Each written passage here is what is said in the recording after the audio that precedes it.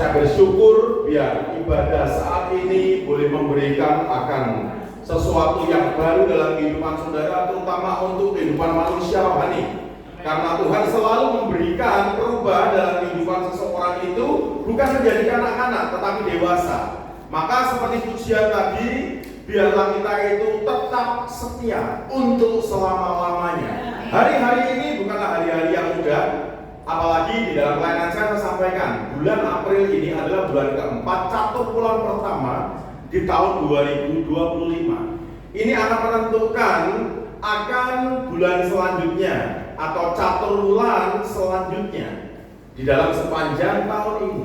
Maka jika di bulan ini engkau tetap kuat dengan Tuhan, itu akan membawa engkau melangkah dalam kekuatan Tuhan. Yang percaya katakan amin. Tetapi ketika di bulan ini engkau lemah, engkau goyah, dan bahkan engkau terpuruk keadaanmu, engkau tidak percaya kepada Tuhan, hari-hari ke depanmu akan mengenaskan. Maka waspada, termasuk dalam keadaan keuanganmu. Jika kondisi keuanganmu hari-hari ini engkau tidak bisa mengelola dengan baik, hari ke depan akan tambah parah. Karena hari depan bukan lebih mudah tapi lebih susah. Makanya kita harus mempersiapkan diri. Tuhan Allah yang tertib dalam segala sesuatu. Tuhan ketika memberikan visi dalam kehidupan seseorang, dalam visi Tuhan, orang selalu berjalan dalam keteraturan. Makanya seperti hanya Musa mengutus 12 pengintai untuk mereka masuk ke tanah Kanaan. Kenapa harus diintai terlebih dahulu? Kenapa tidak langsung aja? Tuhan itu tertib, saudara. Dia selalu berikan keteraturan, tidak serampangan. Makanya kalau orang-orang Kristen, anak Tuhan, mereka ke gereja, mereka persekutuan, bahkan melayani, tetapi kehidupannya serampangan. Saya justru mempertanyakan iman dia kepada Tuhan. Engkau melayani oleh karena hati, apa karena motivasi? Engkau melayani oleh karena Tuhan, apa karena kebiasaan? Hati-hati. Sehingga esensi pelayanan, dan itu hanya sekadar pikiran dan logikamu, bukan lagi hatimu yang kau berikan pada Tuhan. Maka disinilah kalau saudara tangkap pesan Tuhan dengan kuat pagi ini, akan membawa perubahan dalam kehidupanmu di hari-hari mendatang sepanjang tahun 2025. Yang percaya ditepuk tangan buat Tuhan Yesus. Satu kata yang Tuhan berikan pada kesempatan ini adalah setia. Setia. Dan satu pertanyaan yang pertama saya mau katakan, setia itu gampang atau susah? Jujur aja. Susah. Dalam segala hal setia itu susah. Tetapi firman Tuhan dalam Amsal berkata, orang yang dapat dipercaya mendapat banyak berkat. Kalau engkau bisa setia, engkau akan dapat dipercaya. Dan ketika engkau dapat dipercaya, orang yang dapat dipercaya mendapat banyak berkat. Yang percaya di dalam Tuhan. Memang setia itu susah, gak gampang. Tetapi hidup kita akan tambah susah kalau kita tidak bisa setia. Karena kesetiaan tidak hanya berbicara tentang dunia, tetapi juga surga.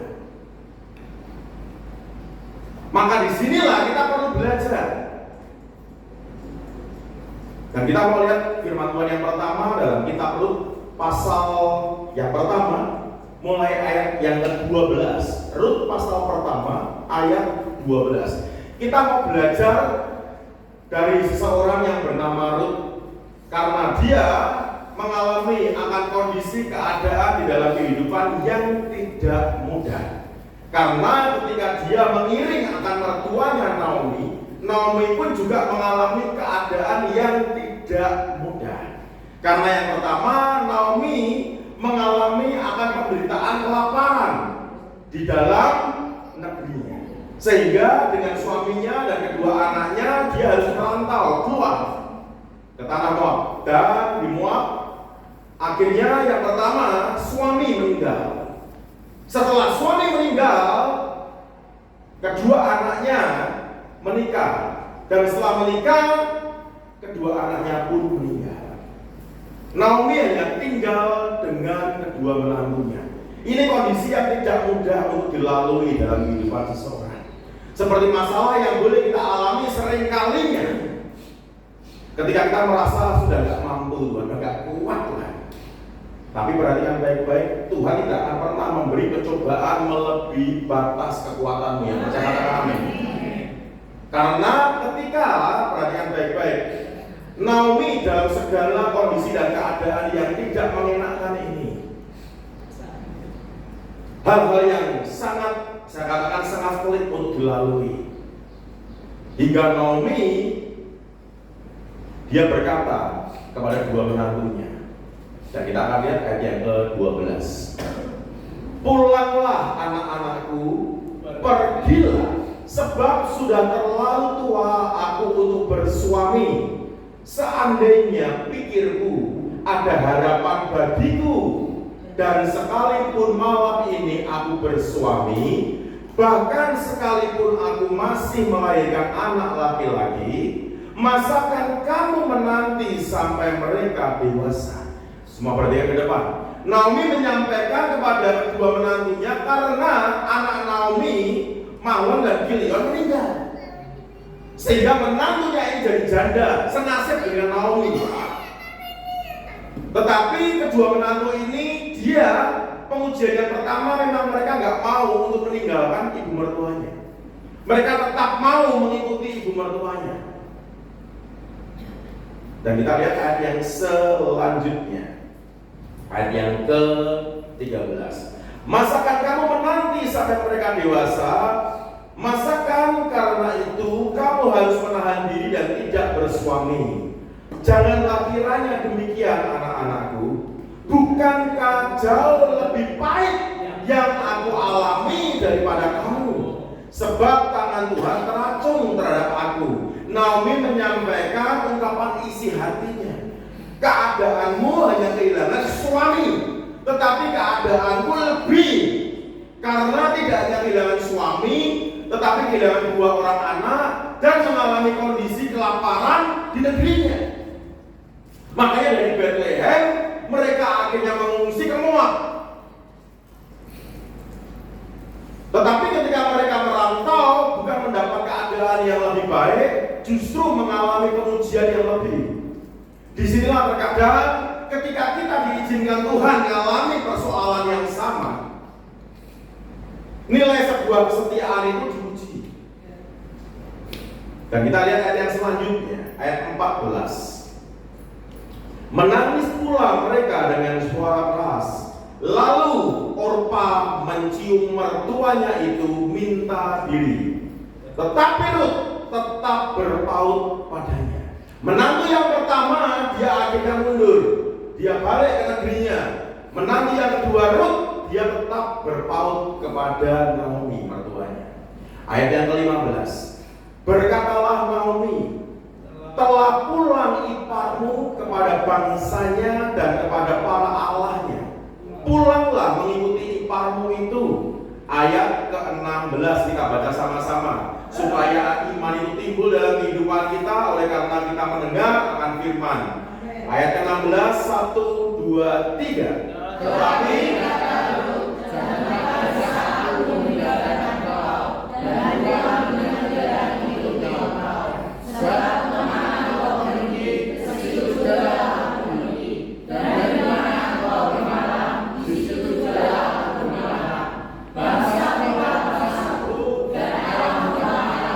yang mau setia katakan amin.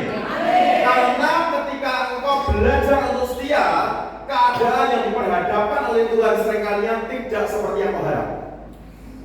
Maka ketika Naomi menghadapi akan kondisi seperti itu, dan ujungnya menantu yang pertama Orpa meninggalkan dia, menantu yang kedua Rut, dan dia tetap berpaut kepada ibu mertua. Dia tetap setia. Dan bahkan perkataan dia itu luar biasa. Kemana kau tinggal, aku juga ingat. Bahkan yang lebih luar biasanya, saya mengacungi jempol ini orang bahwa Allahmu lah Allahku. Dia percaya bukan karena melihat. Makanya setia itu adalah berpegang teguh pada janji, pendirian, dan komitmen. Amin. Setia juga dapat diartikan teguh hati dan taat, patuh. Maka saya seringkali mengatakan setia itu berjalan berjalan seiring dengan iman.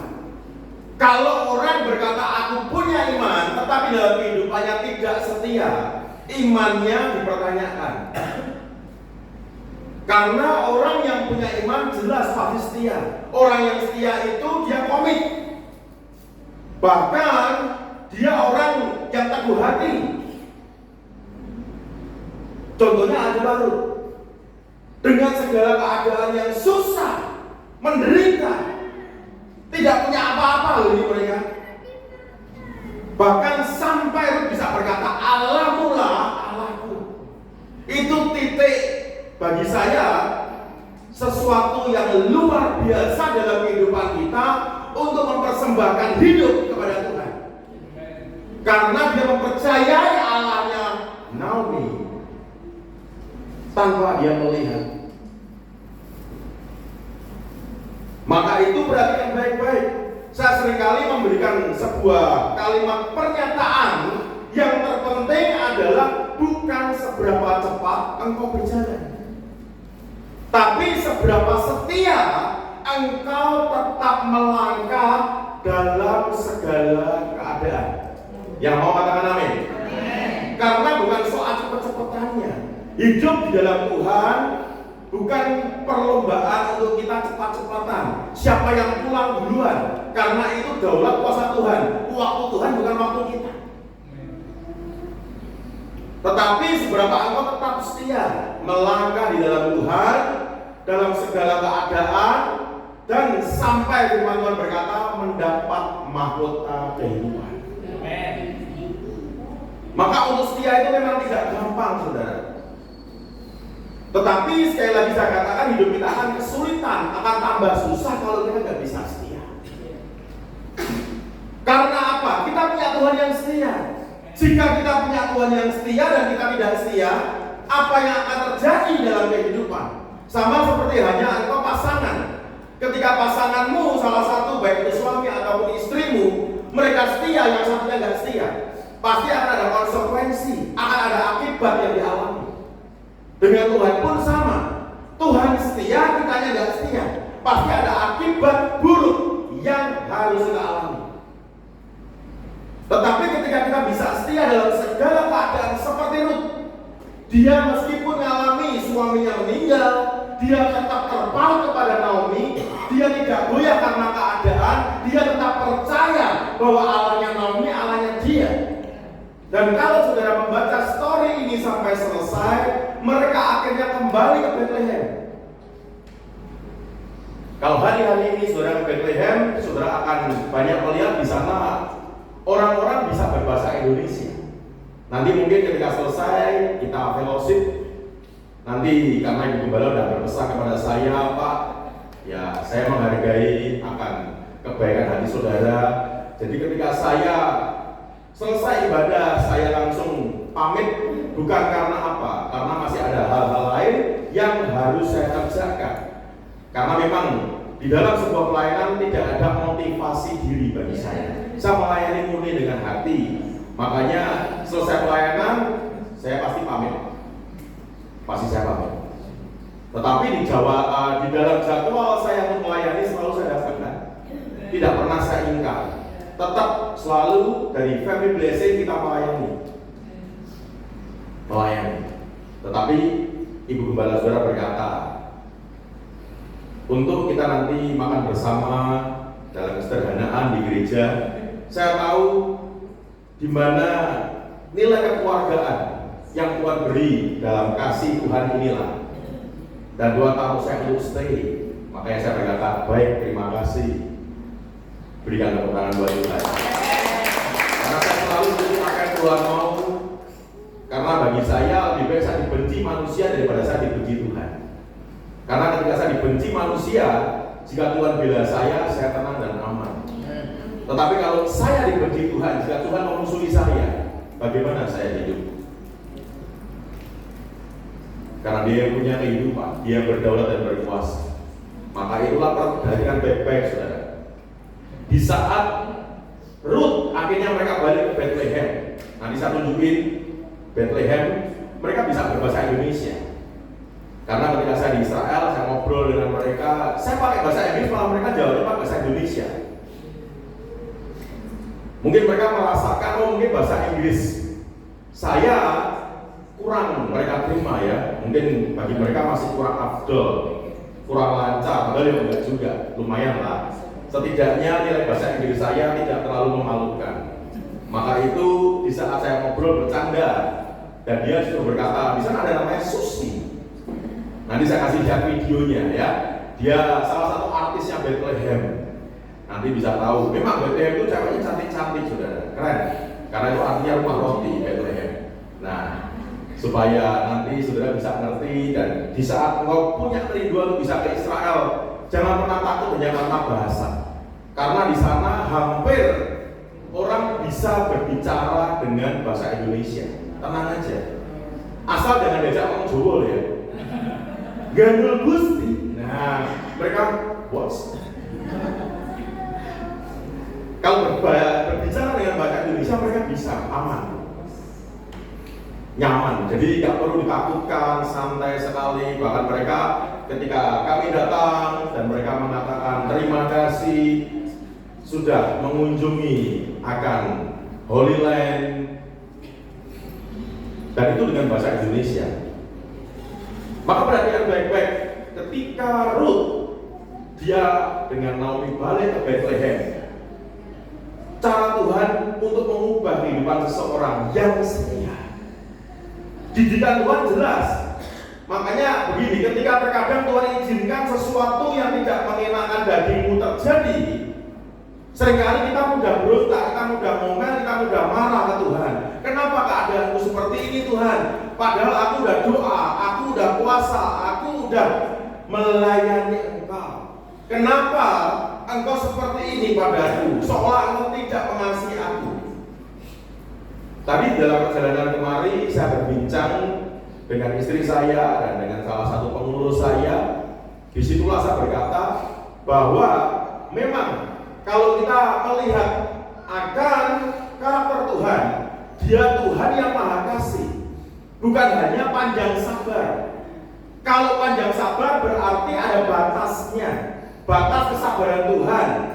Ketika Tuhan melihat kita sangat menjengkelkan di hadapannya, Tuhan udah batas kesabarannya mentok, maka murkanya turun. Tetapi Dia Allah yang Maha Mengasihi. Maha itu berbicara unlimited, tidak terbatas. Namun kenapa keadaan kita terkadang bisa mengalami sesuatu yang gak mengenakan? Sepertinya ini berlawanan dengan Allah yang Maha Pengasih. Tapi saya mau katakan, jangan melihat kasih dari sudut pandang memberi, sebab kasih tidak selalu memberi. Firman Tuhan berkata dalam Wahyu pasal 3 ayat 19, barang siapa ku kasihi, dikasihi sama Tuhan. Karena dikatakan barang siapa ku punya besar, ku kasihi, Tuhan kasihi. Namun apa yang Tuhan katakan? Barang siapa ku kasihi, ia ku hajar. Yang pertama ditegur dulu. Kalau ditegur nggak bisa dihajar, maka relakanlah hatimu dan bertobat. Kasih Tuhan menegur, menghajar. Kalau ditegur nggak mempan, dihajar. Tujuannya apa? Membuat kita berubah. Maka dikatakan bertobatlah. Supaya apa? Kita itu dewasa. Karena kalau kita dewasa, kita terima berkat dari Tuhan pun bukan berkat anak-anak. Berkat anak-anak itu ya berkat recehan. Tapi berkat orang dewasa beda. Memiliki nilai yang lebih, yang percaya di tangan buat Tuhan Yesus. Makanya ketika engkau masuk dalam teguran Tuhan, jangan menggerutu. Engkau dihajar Tuhan, jangan marah. Bahkan saya ketika mengalami akan kondisi keterpurukan dalam kehidupan saya, dalam titik terendah hidup saya terima sebuah statement dari seorang hamba Tuhan. Beliau berkata, nikmati penderitaanmu senikmat-nikmatnya. Ketika saudara mentelaah akan kalimat ini, bisakah dagingmu menerima? Tentu tidak. Yang ada protes dia. Karena apa? Saya gak punya apa-apa, gak punya siapa-siapa. Makanya saudara jangan melihat saya ada di atas mimbar ini tidak pernah melewati masalah. Saya pernah jadi gelandangan, saya pernah jadi pemulung. Maka itu saya bisa menyebutkan item-item yang mereka pulung dengan nama-nama istilah mereka. Saya sampai titik terendah dalam kehidupan saya. Dan di situ justru saya diberikan sebuah statement untuk membentuk akan karakter saya. Nikmati penderitaanmu senikmat-nikmatnya.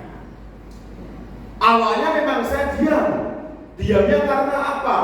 Protes antara daging dan roh. Mau nikmat gimana?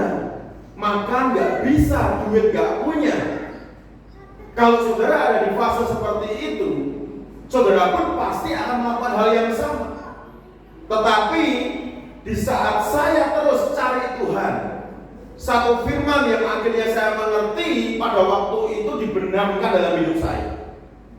Karena beliau ketika mempertobatkan saya, beliau berkata, carilah Tuhanmu. Kenapa beliau berkata carilah Tuhanmu? Karena beliau bukan dari orang Kristen. Tetapi beliau tidak pernah membawa saya untuk masuk dalam kepercayaannya. Tetapi beliau berkata, carilah dulu Tuhanmu. Every day, every time, pray, bertobat, minta ampun. Di situ saya lakukan bagian saya. Meskipun ketika kedagingan muncul saya bertanya, Pak, kalau saya cuma doa, lalu saya makan apa?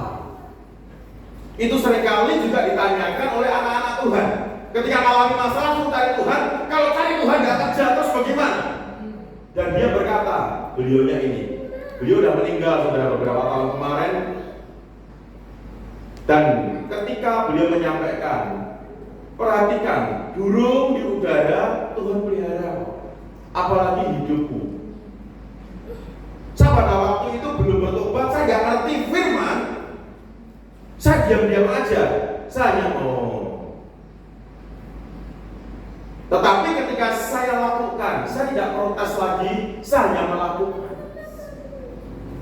Saya tiap hari doa, bertobat minta ampun ke Tuhan. Dan tiap hari pula Tuhan pelihara saya makan.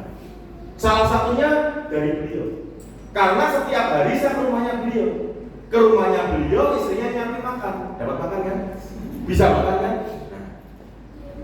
Cara Tuhan bukan cara kita, pikiran Tuhan bukan pikiran kita. Pikiran kita pengennya kan kita punya duit, bisa jajan semau duit, nggak bisa.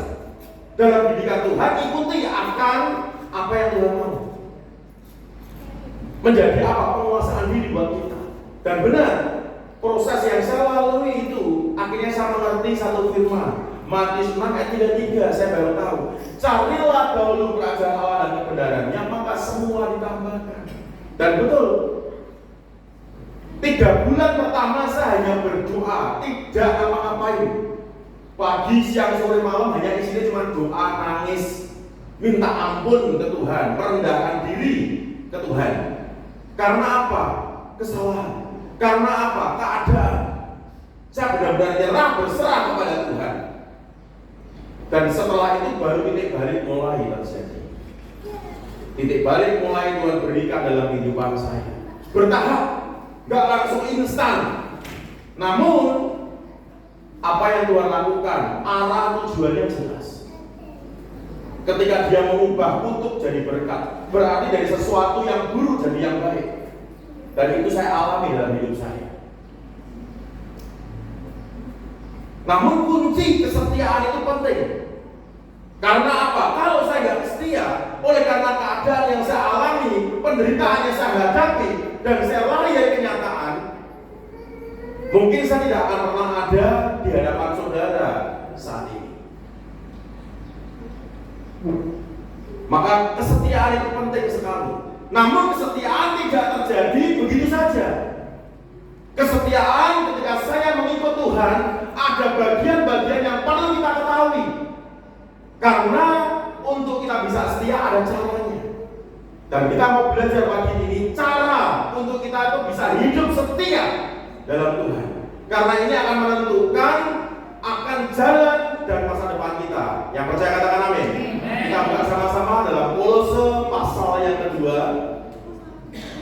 Kolose pasal 2 ayatnya yang ke-6 dan ke-7 kita akan baca sama-sama. Kolose pasal 2 ayat yang ke-6 dan ke-7. Kita baca sama-sama 3, 2, 1. Kamu telah menerima Kristus Yesus Tuhan kita, karena itu hendaklah hidupmu tetap di dalam Dia.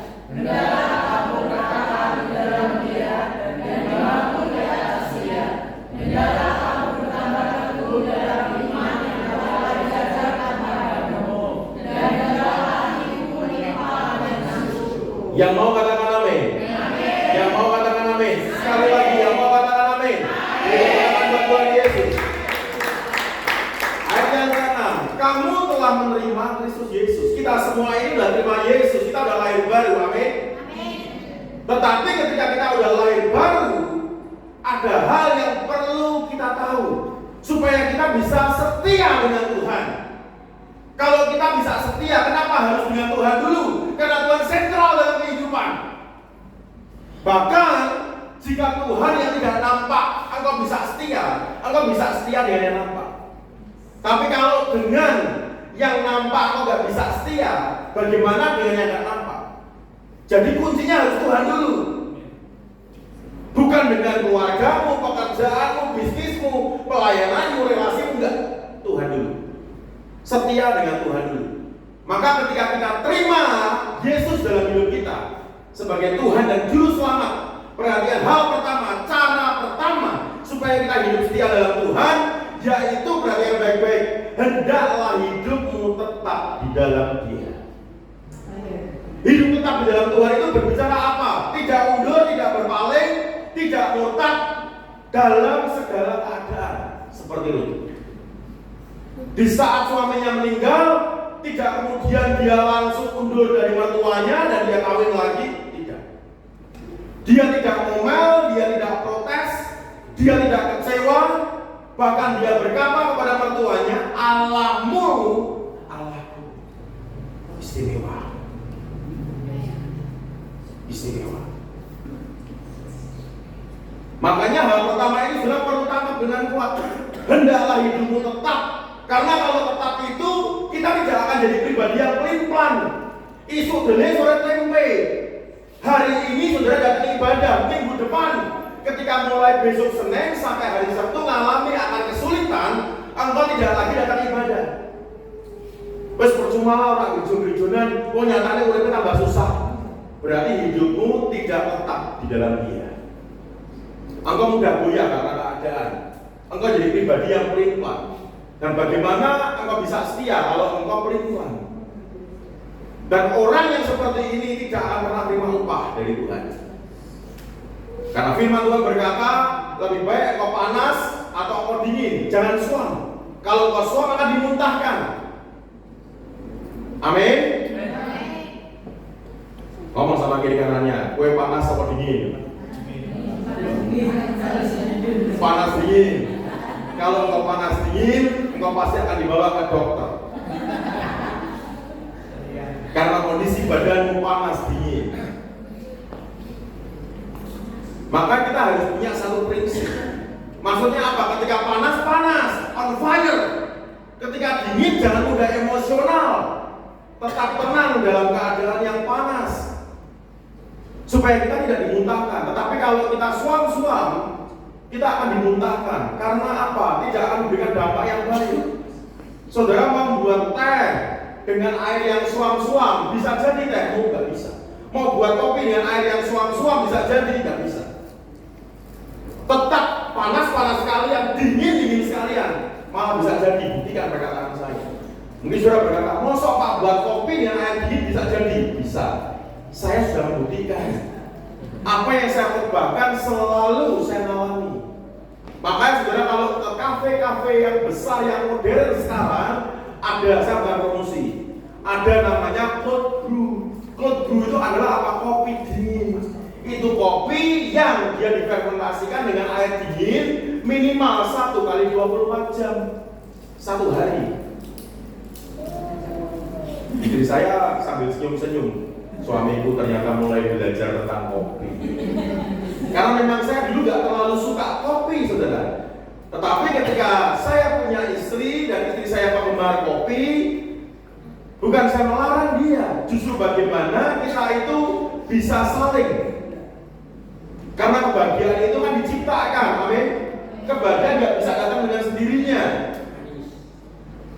Contohnya begini, saudara yang cowok kerja, yang cewek kerja, pulang jitongan. Nah, kemudian ketika saudara jarang berkomunikasi, bagaimana saudara bisa bahagia? Maka contohnya saudara perlu misal kata pergi makan berdua untuk mengadakan quality time, waktu yang berkualitas. Mungkin saudara ngopi berdua, itu waktu berkualitas. Akhirnya apa? Jalinan cinta kasih kalian itu semakin kuat. Karena kalau jarang komunikasi, yang ada malah celah yang terbuka. Hati-hati. Maka itu kebahagiaan harus diciptakan. Gak bisa datang dengan sendiri. Bahagia sama sukacita beda. Bahagia itu jasmani, sukacita itu rohani.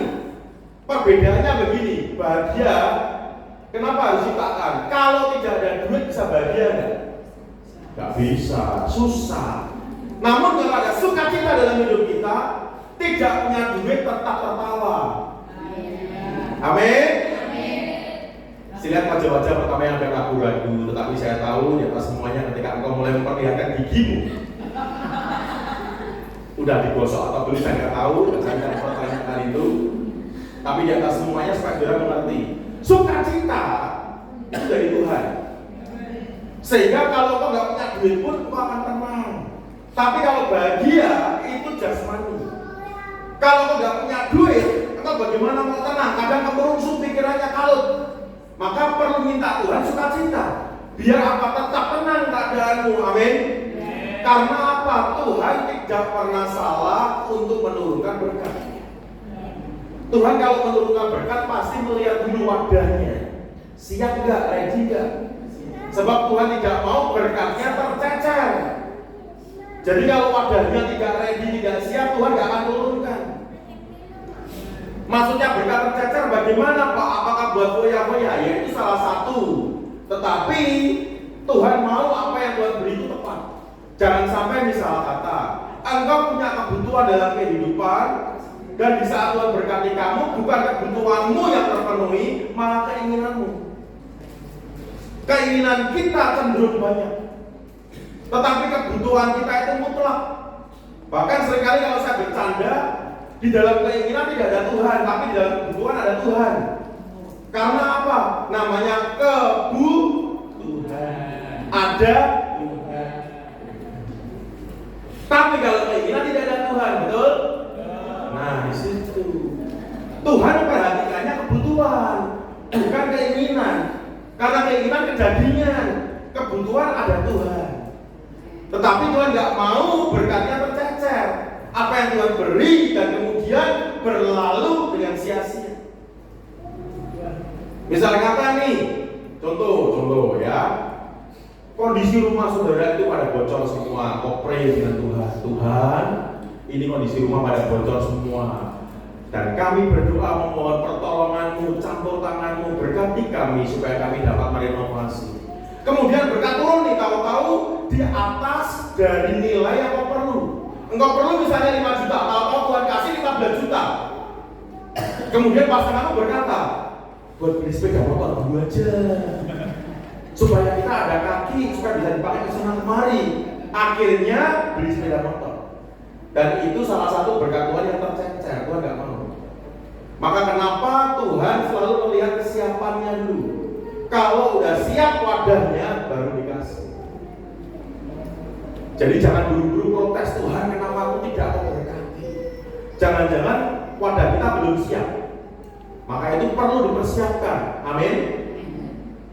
Disinilah hal pertama supaya saudara itu tetap hidupmu di dalam Tuhan.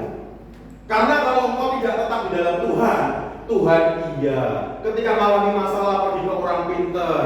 Kenapa dikatakan orang pintar? Karena yang datang orang bodoh. Kalau dia orang pintar, gak mungkin datang ke orang pintar. Karena dia tahu bahwa yang berdaulat dalam kehidupan, yang memberi nafas adalah Tuhan. Ngapain engkau pergi ke orang pintar? Ngapain engkau pergi ke lainnya? Sedangkan firman Tuhan berkata, terkutuklah orang yang mengandalkan manusia, tetapi diberkatilah orang yang mengandalkan Tuhan, yang percaya bertepuk tangan buat Tuhan Yesus. Makanya engkau perlu hidup tetap dalam Tuhan, itu yang pertama. Dan yang kedua, perhatikan yang selanjutnya. Tolong dinaikkan slide-nya. Yang kedua, hendaklah kamu berakar di dalam Dia. Hal yang kedua ini penting. Maka kenapa di dalam pelayanan saya selalu menekankan begini. Banyak kehidupan anak Tuhan, pelayan Tuhan orang Kristen seringkalinya itu berpindah-pindah gereja. Oleh karena apa? Mereka berkata, di sana nggak bertumbuh. Kalau saya ketemu dengan orang ini, saya bilang, makanya jangan hanya bertumbuh, tetapi berakar dan berbuah. Karena kalau engkau berakar dan engkau berbuah, berarti engkau bertumbuh enggak? Bertumbuh. Makanya jangan hanya berbicara, aku di sana enggak bertumbuh kok. Bukan soal bertumbuh dan enggak bertumbuh, tapi kamu berbuah enggak? Dan yang terlebih kamu berakar enggak? Kalau kamu berakar, kamu ikut Tuhan, kamu teguh iman, kamu ikut Tuhan, kamu gak akan melenceng ke kiri ke kanan. Fokusmu ke Tuhan bukan ke manusia. Ketika terjadi gesekan dalam pelayanan, terjadi gesekan dalam keadaan kehidupanmu, kamu tidak akan mudah mutungan. Amin. Ngomong sama kiri kanannya, jangan mutungan. Karena orang mutungan masuk neraka, di surga gak ada mutungan, saudara. Semua perhatian ke depan. Makanya perhatikan baik-baik. Hendaklah kamu berakar di dalam Dia. Karena akar itu sangat penting dalam kehidupan, itu berbicara tentang fondasi. Karena dengan akar yang kuat, itu akan membuat kehidupanmu tetap teguh seperti sebuah pohon. Ketika saudara melihat segala sesuatu kepengen yang instan, levelmu itu hanya seperti tauge. Tauge 1 kali 24 jam sehari sudah tumbuh. Tetapi meskipun dia sepertinya cepat tumbuhnya, diberkati, udah langsung tumbuh. Namun dia ketika kau ambil dengan begitu mudahnya. Karena apa? Akarnya tidak kuat. Berbeda halnya dengan pohon bambu. Pohon bambu yang saudara lihat di saat kau menanam, bulan pertama, bulan kedua, bahkan tahun pertama, engkau tidak akan pernah melihat bambu itu sepertinya tumbuh ke atas. Itu yang membuat kau bisa berkata, ini bambu atau bonsai, kau tetap aja. Padahal 2 tahun pertama, bambu itu tumbuhnya bukan ke atas, namun ke bawah. Dia terus menguati akarnya ke bawah, dan setelah 2 tahun pertama, baru dia akan naik ke atas. Setelah dia naik ke atas semakin tinggi, angin semakin kencang menerpa, dia tidak akan rungkat, tidak akan roboh. Dia hanya mengikuti terpaan angin. Setelah terpaan itu selesai, dia kembali berdiri. Itu yang Tuhan mau. Agar kita berakar dalam Dia. Karena kalau tanpa akar yang kuat, saudara diterpa akan masalah, saudara bisa roboh. Saudara mengalami masalah, saudara akan down. Tapi kalau akarmu kuat, engkau tidak akan goyah. Contohnya siapa? Sadrak, Mesak, Abednego. Ketiga orang ini memiliki akar yang kuat dalam Tuhan. Disitulah ketika mereka diperhadapkan dengan perapian yang dipanaskan 7 kali lipat, mereka tidak takut, mereka tidak gentar. Mereka berkata, jika Allah yang kami puja sanggup tolong kami, Dia akan tolong kami. Namun sekalipun tidak, kami tidak akan murtad. Kami tidak akan sembah patung yang Raja Nebukadnezar buat. Dia nggak mau ingkari Tuhan. Dia tetap percaya. Itu ciri orang yang punya akar kuat dalam Tuhan. Kalau akarmu terus ke bawah, semakin kuat, engkau nggak goyah. Padahal ketika mereka ngomong seperti itu, Tuhan nggak langsung tolong itu. Mereka toh akhirnya digotong sama Al-Buju di bawah, dan mereka dilemparkan masuk ke dalam dapur perapian yang dipanaskan 7 kali lipat. Kadang engkau harus masuk dulu, engkau harus alami dulu akan penderitaanmu. Tetapi ketika engkau dapat menikmati penderitaanmu senikmat-nikmatnya, itu luar biasa. Membuat kita apa? Gak mudah ngeluh. Disitulah Tuhan baru tolong. Mereka ada di dapur perapian, baru Tuhan tolong mereka. Kebakar pun tidak, bau gosong pun tidak. Padahal kalau kita mendekatkan rambut kita dengan kompor aja, udah jelas rambut kita pasti akan terbakar. Apalagi di dapur perapian. Dapur perapian levelnya tidak hanya seperti kompor, dia sangat panas. Dan itu sudah dinaikkan levelnya jadi level 7 kali lipat panasnya. Karena Alkitab mencatat, kalau saudara baca, Al-Bojo yang bawa mereka, lempar mereka, mati kok. Kena apinya itu, kena semburan apinya. Al-Bojo, orang yang terlatih, mati. Mereka yang dilemparkan hidup. Jika bukan Tuhan, gak mungkin. Makanya perhatian baik-baik, akar yang kuat itu penting. Dan bagaimana cara membangun akan akar kita supaya lebih kuat dalam Tuhan? Relationship. Dan itu mutlak. Bangun hubunganmu dengan Tuhan. Banyak doa, baca firman. Amin. Amin. Bahkan puasa. Puasa itu jangan hanya sekedar saudara sudah mengalami masalah mau minta terobosan. Bagi saya puasa bukan untuk meminta pertolongan. Itu saya. Bagi saya puasa justru sebagai pengendalian diri untuk kita ini bisa lebih dekat dengan Tuhan. Karena fokus kita bukan kedagingan, tapi yang roh. Itu bagi saya puasa. Banyak orang seringkali ketika lagi mengalami masalah butuh terobosan, puasa. Enggak salah. Namun jangan jadikan puasa seperti jihad. Jika kamu diberkati dan kamu merasa, oh benar ya, aku puasa dan akhirnya jos terjadi. Tapi kalau kamu tidak diberkati, kamu pasti akan muntung, kamu akan marah, kamu akan kecewa dengan Tuhan. Aku udah puasa, tapi kenyataannya kok tidak ditolong juga. Seringkali kehidupan kita itu terjebaknya satu, saudara. Imanmu bukan ke Tuhan, tetapi kepada kekuatan atau perbuatan Tuhan, mujizat Tuhan. Tuhan sanggup tolong, fokusmu bukan ke Tuhannya, tapi ke pertolongannya. Itu yang membuat kamu tidak dapat mengalami mujizat. Dan ini rema buat engkau. Supaya apa? Jangan sampai kau keliru ketika menaikkan imanmu.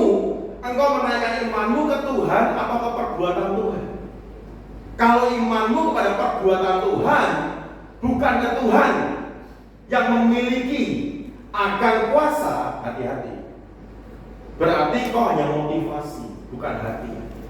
Supaya ditolong. Wong Tuhan bisa nolong dia kok, pasti bisa nolong saya. Imanmu harus ke Tuhan, bukan ke perbuatannya. Amin. Maka akar yang kuat ini, engkau harus punya hubungan. Kalau punya hubungan, pasti kita punya komunikasi. Doa, baca firman, puasa, bahkan yang pelayanan juga jangan malas-malesan, jangan banyak alasan untuk layani Tuhan. Saya belum siap, saya lagi pusing, saya lagi lapar belum makan. Jangan banyak alasan. Ikut Tuhan itu hanya lakukan, duit, lakukan. Karena ketika engkau melakukan bagianmu, Tuhan juga akan mengerjakan bagiannya. Yang percaya dengan Tuhan buat Tuhan ini. Yang ketiga, perhatikan baik-baik. Yang kedua dikatakan dalam aku berangkat dalam dia. Yang ketiga, dan dibangun di atas dia. Dibangun di atas Tuhan itu berbicara tentang apa? Melakukan kehendak Tuhan. Dan melakukan kehendak Tuhan ini seringkali saya katakan bertentangan dengan kedagingan. Karena Tuhan adalah roh. Dan Tuhan selalu fokusnya adalah roh. Cara pandang Tuhan berbeda dengan cara pandang kita.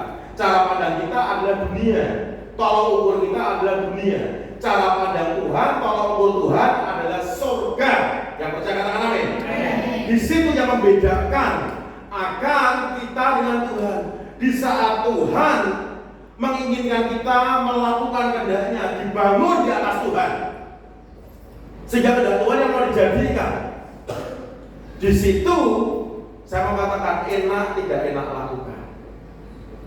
Karena kalau hanya mau yang enak, yang baik, yang nyaman, dan saya mau katakan yang tidak enak, tidak baik, tidak nyaman, ikut siapa? Ngomong sama kiri kanannya, jangan lupa ya. Gantian sebelahnya ngomong, ora iso.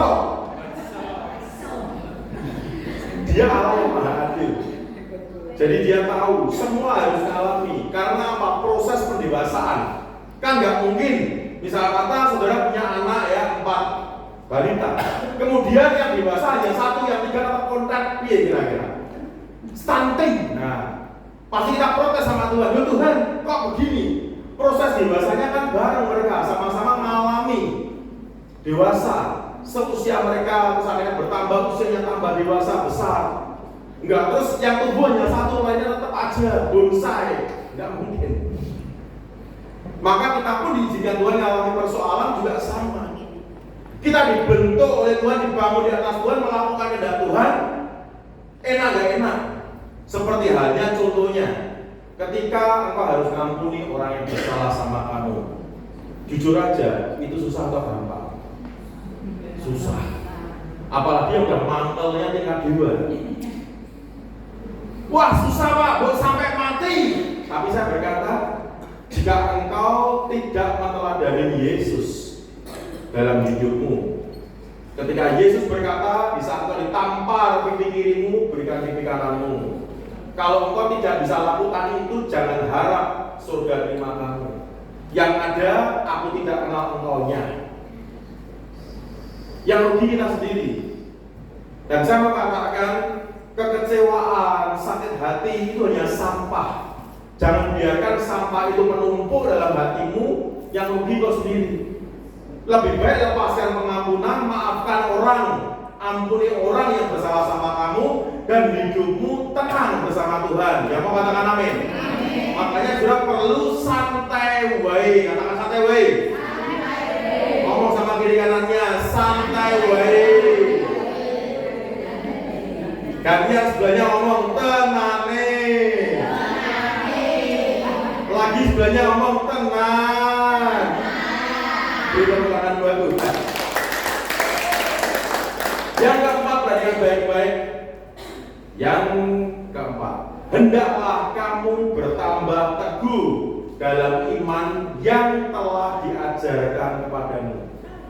Bapak Ibu Saudara yang terkasih, ketika engkau diajar oleh Tuhan melalui hamba-hamba Tuhan, mentormu, gembala sidangmu tentang iman, dan kau harus bertambah teguh. Hari lepas hari bukan imanmu melokro, bukan imanmu malah angin-anginan, imanmu labil saja. Naikkan. Saya seringkali memberikan akan statement kepada pelayan-pelayan Tuhan yang saya mentoring, naikkan level imanmu. Bahkan mereka yang pada mau ikut ke Israel pun gak punya duit, saya bilang gak masalah. Tuhan tidak butuh orang mampu, Tuhan yang butuh orang mau. Maka naikkan level imanmu. Karena apa? Saya bukan jargoni. Saya pada waktu awal mau berangkat ke Israel, saya juga tidak punya uang. Namun akhirnya saya bisa berangkat, biaya bisa terpenuhi, bahkan uang saku tidak berkekurangan. Kenapa itu bisa terjadi? Karena iman kita ke Tuhan, bukan ke perbuatan. Makanya saya akan berikan statement kepada engkau juga, kalau saudara ingat, mbok piye carane Tuhan nolong aku. Nolong itu kan berbicara perbuatan Tuhan. Bagaimana caranya Tuhan? Yang penting kita fokusnya ke Tuhan. Yang penting aku yang mau berikan tepuk tangan buat Tuhan itu. Makanya kalau kita bisa percaya kepada Tuhan, bukan kepada perbuatannya, mujizat pasti terjadi. Amin. Saya kasih contoh, Maria ibu Yesus. Ketika mereka ada di perkawinan Kana, dan dalam perkawinan ini sudah disiapkan semuanya sedemikian rupa, mereka tetap mengalami masalah, yaitu kekurangan anggur. Ketika mereka kekurangan anggur, Maria ngomong sama Yesus, mereka kekurangan anggur. Yesus berkata kepada ibunya, mau apakah engkau daripadaku ibu, sebab belum waktunya. Tuhan mau jawab, no, tidak. Kalau engkau doamu langsung tidak dijawab. Bagaimana reaksimu dengan Tuhan? Mau marah? Mau kecewa? Maria tidak. Tapi lihat yang Maria lakukan. Dia nggak protes sama sekali, dia keep silent, dia diam. Dia berkata kepada pelayan-pelayan, apa yang dikatakan dia lakukan. Maria menaikkan level imannya. Dia percaya bahwa Yesus sanggup. Dia percaya kepada Yesusnya, bukan perbuatannya. Karena Maria kenal Yesus. Mungkin saudara berkata, oh Maria kan ibunya Pak, sejak kenal. Saya berkata bukan soal ibu, tapi soal hati. Kalau engkau kenal Yesus dengan benar, engkau akan mengerti akan jalan-jalan Tuhan, cara-cara Tuhan, membuat engkau tidak akan goyah imanmu, dan justru imanmu tambah teguh. Seperti Lut, keadaan susah, dia gak goyah iman. Meskipun ditinggal sama kakak iparnya juga, dia tetap setia dengan Naomi. Dia percaya, dan ujungnya kalau saudara baca firman itu, akhirnya dia dipersunting oleh Boas. Dia jadi istrinya Boas, dan hidupnya mengalami transformasi, perubahan besar. Tapi kalau orang sini sangat berkata, kirim unggah amben, kirim unggah balai. Enggak, balai mana? Kelurahan atau balai mana? Tapi di atas semuanya dia Tuhan sanggup membalikkan keadaan. Amin. Makanya hendaklah kamu bertambah teguh dalam iman. Karena iman di Ibrani 11 ayat pertama dikatakan dasar dari segala sesuatu. Berarti apa? Segala sesuatu yang kita kehendaki, yang kita harapkan harus ada dasarnya, basicnya iman. Dan masih di ayat yang sama, iman adalah bukti dari segala sesuatu yang tidak kita lihat. Sehingga apa yang tidak kita lihat pun itu bisa terbukti karena apa? Iman. Contoh lagi, pagi hari ini saya berikan sebuah perumpamaan contoh seperti Yesus khotbah. Ketika kita berdoa kepada Tuhan, apakah kau melihat Tuhan? Tidak. Tetapi kenapa engkau tetap berdoa kepada Tuhan? Karena engkau percaya bahwa ketika engkau berdoa, engkau sedang bercakap-cakap dengan Tuhan. Ya, percaya katakan amin. Dan itu iman. Itu iman. Amin. Dan lihat yang selanjutnya, yang kelima. Naikkan lagi slide-nya. Dan hendaklah hatimu melimpah dengan syukur. Ketika keadaan kita tenang, keadaan kita baik, keadaan kita enak, nyaman, kita untuk bersyukur pasti gampang, betul?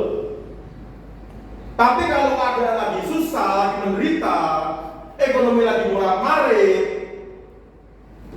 untuk bisa bersyukur pasti gak gampang. Jujur aja, betul? Tetapi kenapa justru firman Tuhan berkata, hendaklah hatimu melimpah dengan syukur. Bahkan dalam 1 Tesalonika pasal 5 ayat 18 dikatakan, mengucap syukurlah dalam segala hal. Apapun yang kau alami, mengucap syukur. Karena apa?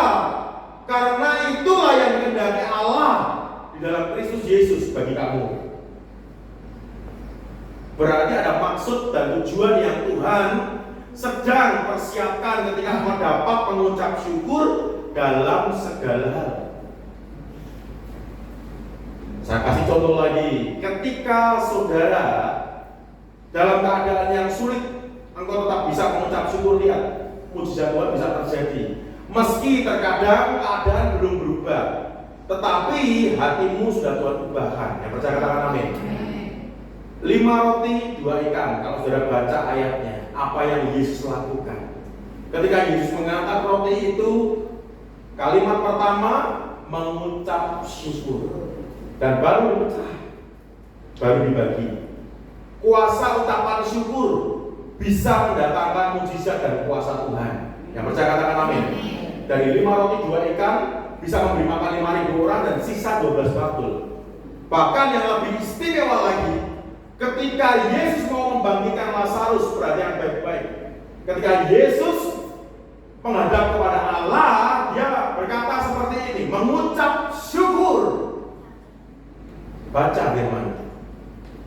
kuasa ucapan syukur, dan itu bahkan bisa membangkitkan yang mati udah 4 hari. Makanya kenapa dikatakan hendaklah hatimu, berarti ini hendak itu harus wajib. Hatimu melimpah, supaya kalau hati kita melimpah dengan syukur, tidak ada lagi sungut-sungut, tidak ada lagi geruntuan, tidak ada lagi komelan, hanya isinya cuma ucap syukur.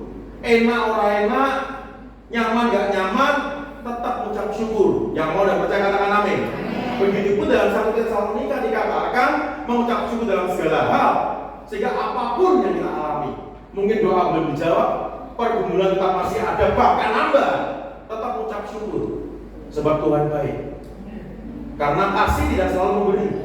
Kasih terkadang menegur dan menghajar, tapi ujungnya transformasi, perubahan akan terjadi. Yang mau beri tepuk tangan buat Tuhan Yesus. Sehingga 5 hal ini berarti yang baik-baik untuk membuat saudara itu bisa hidup setia dalam Tuhan.